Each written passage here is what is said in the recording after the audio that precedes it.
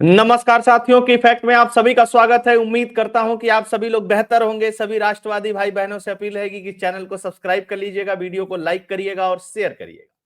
दोस्तों, हम लोग बात करने वाले हैं तमिलनाडु की राजनीति के बारे में और दक्षिण भारत के राजनीति के बारे में। तमिलनाडु में जो कुछ आजकल चल रहा है उससे निश्चित तौर पर डीएमके और कांग्रेस पार्टी की नींद उड़ी हुई है।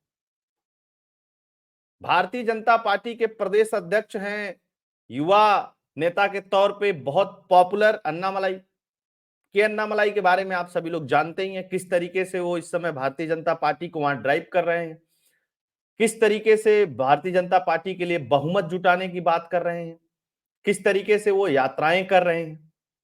लेकिन भारतीय जनता पार्टी एआईएडीएमके यानी जो जयललिता की पार्टी थी उसके साथ अलायंस में थी। 25 सितंबर 2023 को एआईडीएमके ने अन्नामलाई के ऊपर आरोप लगाते हुए ये अलायंस को तोड़ दिया था। बहुत सारे लोगों के मन में आया कि यार वैसे भी बीजेपी का कोई बहुत बड़ा जनाधार है नहीं तमिलनाडु के अंदर, और एआईएडीएमके भी साथ में थी, वो भी छोड़ करके चली गई। लेकिन एआईडीएमके के जो जयललिता जी की पार्टी थी, उस पार्टी के 15 पूर्व एमएलए सीनियर लीडर कल भारतीय जनता पार्टी ज्वाइन कर लिए। इसके अलावा डीएमके का एक पूर्व सांसद और भी बहुत सारे नेता, और अब तक बड़े 22 से 25 नेता भारतीय जनता पार्टी तमिलनाडु में ज्वाइन कर चुके हैं। अन्नामलाई पे एआईडीएमके ने आरोप लगाया था कि अन्नामलाई हमारे पूर्व नेताओं को चोर बेईमान बनाते हैं, उनके ऊपर अभद्र टिप्पणियां करते हैं। हालांकि अमित शाह ने एक बात और कही है फिलहाल में कि एआईडीएमके के लिए दरवाजे हमारे खुले हैं, अगर वो अपने मर्जी से गए थे, अगर वो आना चाहते हैं तो हमको कोई बहुत आपत्ति नहीं है। डीएमके सत्ता में है, डीएमके के पास सांसद भी सबसे ज्यादा हैं और कांग्रेस पार्टी के साथ अलायंस में। अब जो तमिलनाडु की राजनीति है, उस तमिलनाडु की राजनीति में दो मुख्य पार्टियां हो गई हैं। एक तरफ डीएमके है, दूसरी तरफ बीजेपी है। डीएमके के लिए खोने के लिए बहुत कुछ है, बीजेपी को खोने के लिए तमिलनाडु में कुछ है नहीं। जो कुछ भी है बीजेपी को वहां पाना ही है। लेकिन एआईडीएमके ने अन्नामलाई की वजह से बीजेपी का जो अलायंस था, एनडीए का जो अलायंस था, उसको छोड़ दिया।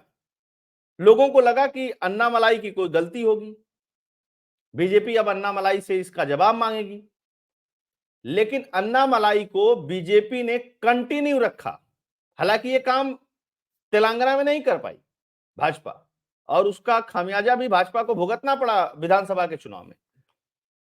तो किया क्या है अन्नामलाई ने?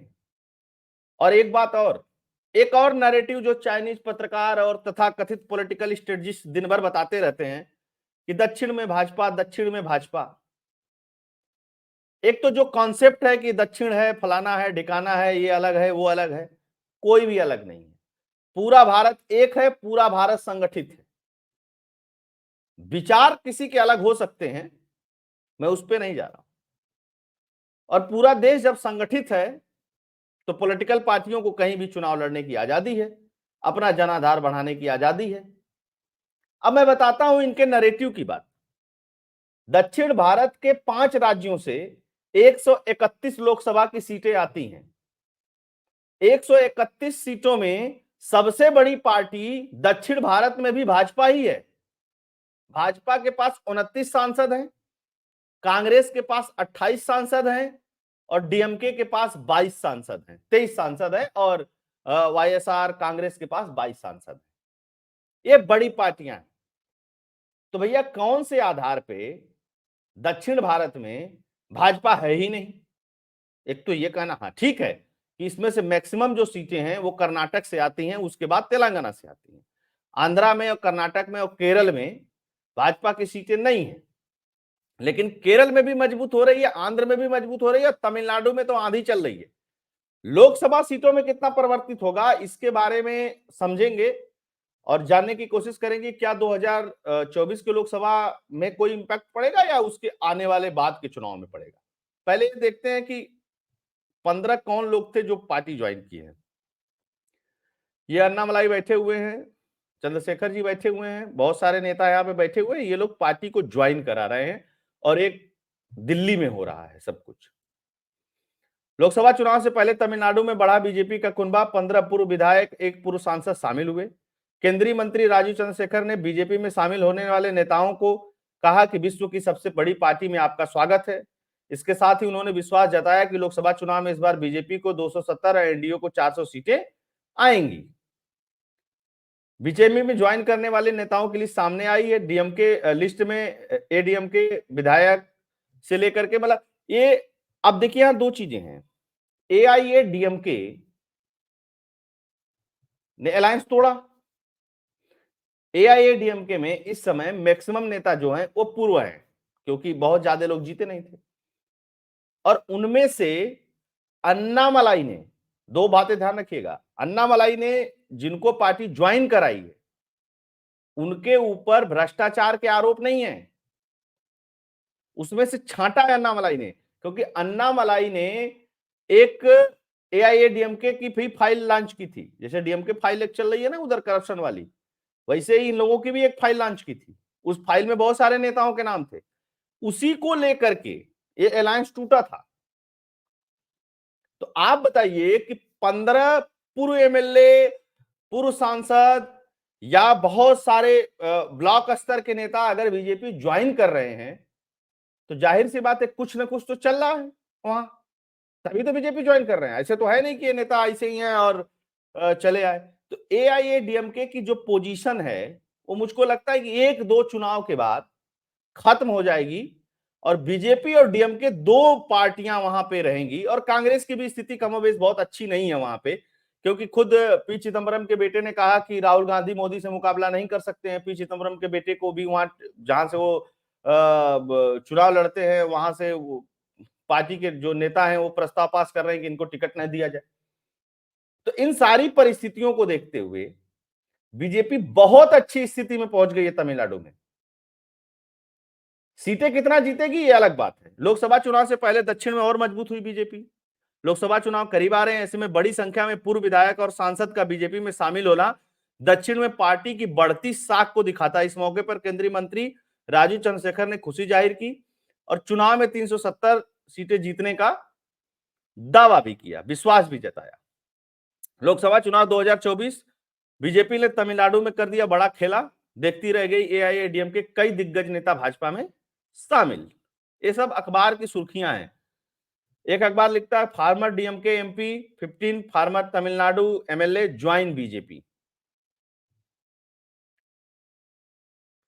देखिए ये एक खबर है जो 25 सितंबर 2023 को है, जब टूटा था अलायंस एआईएडीएमके के साथ। तो जब भाई एआईएडीएमके के साथ अलायंस टूट गया अन्ना मलाई की वजह से, तो जाहिर सी बात है कि अन्ना मलाई को कंपनसेट करना था कि भाई उसके वजह से जो लॉस होगा उसको कैसे कंपनसेट करेंगे। तो उसको कंपनसेट करने के लिए चल भाई जो अच्छे नेता है वहां के, आ जाओ, तुम्हारा बीजेपी में स्वागत है। तमिलनाडु में डीएमके के एक नेता ने भी कुछ दिन पहले ही बोला था कि बीजेपी के पास तो कैंडिडेट नहीं मिलेंगे सारी लोकसभा सीटों पे, बीजेपी लड़ेगी क्या यहां पे। जाहिर सी बात है उनकी अपोजिशन पार्टी है तो वो इस तरीके की बयान देगी, इस तरीके की बातें करेगी। लेकिन आज की जो स्थिति है मैं आपको बता रहा हूं, बहुत जल्दी ही ये खबर आएगी कि डीएमके के कई नेता, कांग्रेस के कई नेता और एआईडीएमके के और कई नेता बीजेपी ज्वाइन करने वाले। जाहिर सी बात है जनाधार आपको बढ़ाना है तो आपके पास दो तीन फैक्टर्स होते हैं। एक तो आप अच्छे नेताओं को जो दूसरी पार्टी के अपने पार्टी में लाइए, चाहे वर्तमान नेता हो, चाहे वर्तमान एमएलए एमपी हो या पूर्व हो।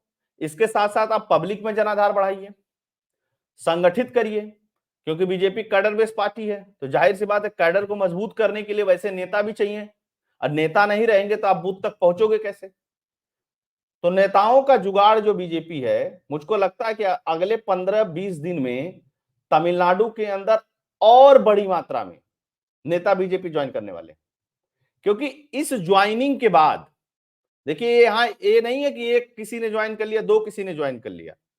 और मैं उस ज्वाइनिंग कार्यक्रम को देख रहा था, सब आ रहे थे, भारत माता की जय का नारा लगा रहे थे, मोदी जी के बारे में बोल रहे थे, बीजेपी के बारे में बोल रहे थे और काम के बारे में बोल रहे थे। एक तरीके से अगर उस पूरे समारोह की वीडियोज अगर आप देखेंगे, इंटरनेट पे पड़ा होगा, तो आपको एक बड़ा परिवर्तन होता हुआ दिखाई देगा। और उससे भी बड़ी बात थी, 40 ईयर के हैं के अन्नामलाई, 40 साल के इस नौजवान ने जो करके तमिलनाडु में दिखाया है, इससे पहले बीजेपी के जितने भी प्रदेश अध्यक्ष रहे हों, किसी ने वो चीज नहीं करके दिखाई। यही कारण है कि अन्नामलाई की बढ़ती पॉपुलैरिटी से डीएमके बड़ी व्यथित है। और डीएमके बड़ी व्यथित है तो डीएमके के जो नेता हैं वो बीजेपी, प्रधानमंत्री नरेंद्र मोदी और सनातन को लेकर के रोज अनाप शनाप बकते रहते हैं। अन्नामलाई ने एक बात और कही थी कुछ दिन पहले, उन्होंने कहा था कि ये जितने भी इस तरीके के समाज को तोड़ने वाले हैं और तमिलनाडु को पीछे ले जाने वाले हैं नेता हैं, उनकी जहां जहां मूर्तियां लगी हैं, पेरियार से लेकर के बहुत सारे नेताओं के, अन्नादुरई की, कहा कि इसको बाहर फिकवाऊंगा निकाल करके और यहां पे उनकी मूर्ति स्थापित होगी जो वास्तव में आदर्श है। तो ये जो समीकरण बन रहा है, इस समीकरण के बीच में सबसे मजे की बात क्या है कि जो कांग्रेस पार्टी कह रही कि हम दक्षिण में बहुत मजबूत हैं, मुझे लगता है कि तमिलनाडु से कांग्रेस की विदाई है 2024 में। कर्नाटक से तो हो ही गई है, कर्नाटक में विधानसभा में निश्चित तौर पर वो सत्ता पा लिए हैं, लोकसभा में कोई बहुत अच्छी स्थिति नहीं है और अभी भी बहुत अच्छी स्थिति नहीं है। तो इन पूरे सिनेरियो को अगर आप इन टोटल पॉलिटिकल व्यू के हिसाब से देखेंगे तो बीजेपी के लिए साउथ में ये ज्वाइनिंग और इसके बाद की जो ज्वाइनिंग होने वाली 15-16 नेताओं की और बड़े नेताओं की, वह बड़ा बूस्ट देगी। कर्नाटक में आप देख ही चुके हैं, जेडीएस के साथ अलायंस में चली गई है बीजेपी। केरला के अंदर बहुत बड़े बड़े नेता जो हैं, एक्टर हैं, समाज सुधारक हैं, वो बीजेपी ज्वाइन कर रहे हैं। आंध्रा में अभी बहुत अच्छी स्थिति नहीं है, लेकिन तेलंगाना में लोकसभा चुनाव में ठीक ठाक परफॉर्मेंस करेगी बीजेपी। टीडीपी के साथ उधर बात चल रही है, हो सकता है टीडीपी से बहुत जल्दी गठबंधन हो भी जाए।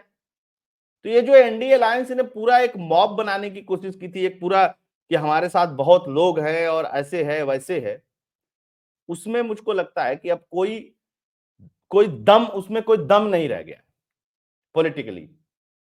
और ये मान करके चलिए कि 2024 का जो चुनाव है, जिस तरीके से ये अलायंस या विपक्षी दल लड़ रहे हैं, अभी तक इनमें सीटों का बंटवारा नहीं हो पा रहा है।